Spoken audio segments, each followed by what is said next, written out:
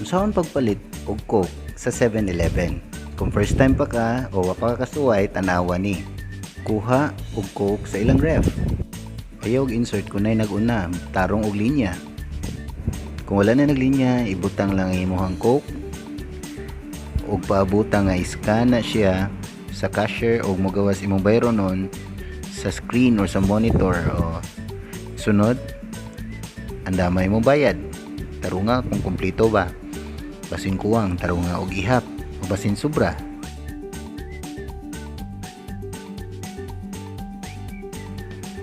Kung man na makumpleto na ang bayad, pwede na nimo kuhaon o pwede na kamo gawas.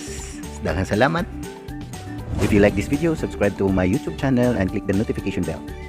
This is Sir Don, ug kung natauyon ka sa ato ang feature karon, pwede ka mo like o niya i-comment kung sa mga gusto nimo atong isgutan sa sunod na video. Amping!